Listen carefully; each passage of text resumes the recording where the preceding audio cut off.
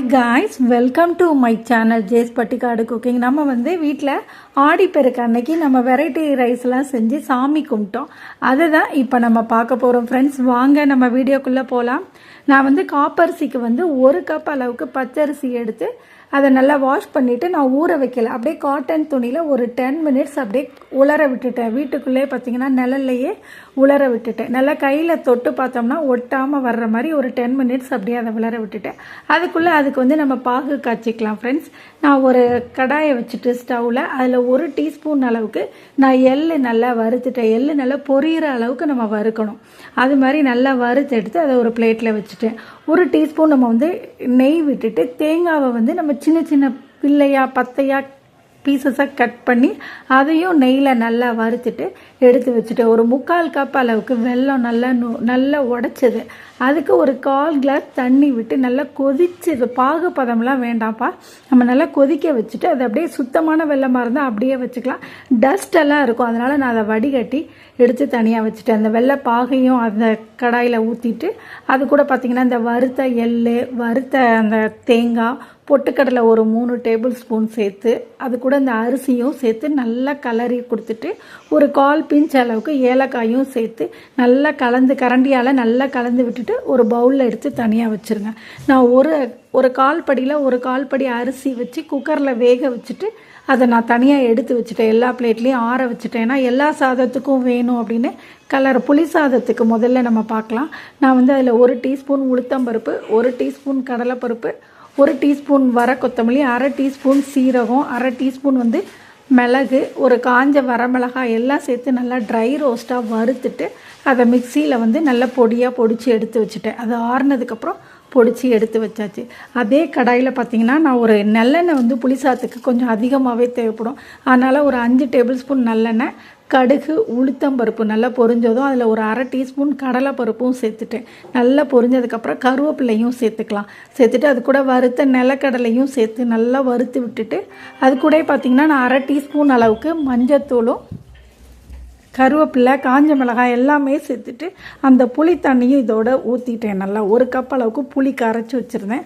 அதை அதோட கலந்து விட்டுட்டு அது கூட 1/2 டீஸ்பூன் மஞ்சத்தூளும் சேர்த்தாச்சு. தேவையான அளவுக்கு உப்பும் பெருங்காயத்தூளும் அதோட மிக்ஸ் பண்ணிவிட்டு நல்லா கொதி வரும் பாருங்கள். அந்த புளி நல்லா கொதித்து ஓரளவுக்கு நல்லா சுருள வரும்போது அந்த பொடியை அந்த வறுத்து வச்சுருந்தோம் பாருங்கள், வர கொத்தமல்லியும் மிளகாய் உளுத்தம்பருப்பு, அந்த பொடியில் ஒரு 2 டேபிள் ஸ்பூன் அளவுக்கு இதில் சேர்த்து நல்லா கலந்து விட்டு நல்லா திக்கான கன்சிஸ்டன்சி வரும்போது இறக்கி இதை சாதத்தில் தேவையான அளவுக்கு இந்த பேஸ்ட்டை சேர்த்து கிளறி எடுத்து வச்சுட்டேன் புளி சாதத்துக்கும். அதே மாதிரி பார்த்திங்கன்னா சக்கரை பொங்கலுக்கு நான் பார்த்திங்கன்னா 1 கப் அளவுக்கு பச்சரிசி எடுத்துகிட்டு ஒரு 1/2 கப் அளவுக்கு பாசிப்பருப்பை நல்லா வறுத்துருங்க. நல்லா நிறம் மாறுற கோல்டன் ப்ரௌன் மாறுற வரைக்கும் நல்லா வறுத்துட்டு அதையும் வாஷ் பண்ணி இந்த 1 கப் பச்சரிசி எடுத்தோம் பாருங்கள், அதே கப்பில் 3 கப் அளவுக்கு நான் தண்ணி சேர்த்துக்கிட்டேன். பாசிப்பருப்பு எடுத்து அதே கப்பில் 3 கப் தண்ணி சேர்த்து 1/2 பிஞ்ச் அளவுக்கு நான் சால்ட்டு சேர்த்து குக்கரை க்ளோஸ் பண்ணிட்டேன்.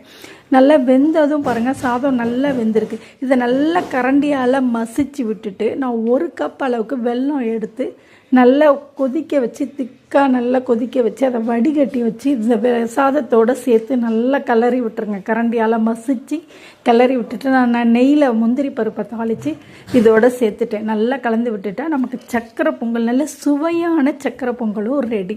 லெமன் சாதத்துக்கு பார்த்திங்கன்னா நான் ஒரு 3 டேபிள் ஸ்பூன் அளவுக்கு நல்லெண்ணெய், கடுகு, உளுத்தம்பருப்பு, கடலைப்பருப்பு, அது கூட பச்சை மிளகாய், கருவேப்பிலை, காஞ்ச மிளகாய் எல்லாமே சேர்த்து பொரிஞ்சதும் 1/2 டீஸ்பூன் மஞ்சத்தூளும், நான் சாதத்திலே உப்பு சேர்த்துருக்கிறதுனால இதில் தேவையான அளவுக்கு சேர்த்துக்கலாம். லெமன் ஒரு 1/2 மூடி நல்லா பிழிஞ்சு அதையும் இந்த மிக்ஸ் ஆனது எல்லாத்தையும் சாதத்தில் கலந்துட்டா நமக்கு லெமன் சாதமும் ரெடி ஃப்ரெண்ட்ஸ். ரொம்ப நல்ல டேஸ்டான லெமன் சாதம் ரெடி. அதே மாதிரி பார்த்திங்கன்னா தேங்காய் சாதத்துக்கு நான் ஒரு 3 டேபிள் ஸ்பூன் அளவுக்கு இந்த கடாயில் நெய் விட்டுட்டு அதில் பார்த்திங்கன்னா கடலைப்பருப்பு, பச்சை மிளகாய், கருவேப்பிலை எல்லாம் சேர்த்து நல்லா வதக்கினதுக்கப்புறம் அது கூட இந்த தேங்காயும் இந்த நெய்யோடு சேர்த்து வதக்கிட்டு நான் வடித்து வச்சுருந்த சாதத்தில் இந்த தேங்காய் மிக்ஸியும் சேர்த்துட்டா நமக்கு சுவையான தேங்காய் சாதமும் ரெடி ஆகிடுச்சு. இப்போ தயிர் சாதம் பார்த்திங்கன்னா அதுக்கு நான் சாதம் ஆல்ரெடி தனியாக வச்சுருந்தேன் நல்லா குழைவாக. அது கூட பார்த்திங்கன்னா ஒரு 2 டேபிள் ஸ்பூன் அளவுக்கு தயிர் சேர்த்துட்டு மீதி ஒரு 2 டம்ளர் அளவுக்கு பால் சேர்த்து நல்லா சாதத்தை மசிச்சு விட்டுட்டு அதோட மிக்ஸ் பண்ணிவிட்டு அதுக்குமே கடுகு, உளுத்தம்பருப்பு, கருவேப்பிலை, வரமிளகாய் எல்லாம் சேர்த்து தாளிப்பை கொடுத்துட்டா நமக்கு சுவையான தயிர் சாதம் ரெடி. இது மாதிரி தான் நம்ம வீட்டில் இந்த ஆடிப்பெருக்குக்கு வெரைட்டி ரைஸ் செஞ்சோம் ஃப்ரெண்ட்ஸ். நீங்களும் உங்கள் வீட்டில் எப்படி கொண்டாடுனீங்கன்னு எனக்கு கமெண்ட்ஸில் சொல்லுங்கள். அப்படியே இந்த வீடியோ பிடிச்சிருந்தா நம்ம சேனலை உங்கள் ஃப்ரெண்ட்ஸுக்கும் ஃபேமிலிக்கும் ஷேர் பண்ணுங்கப்பா. நன்றி, வணக்கம்.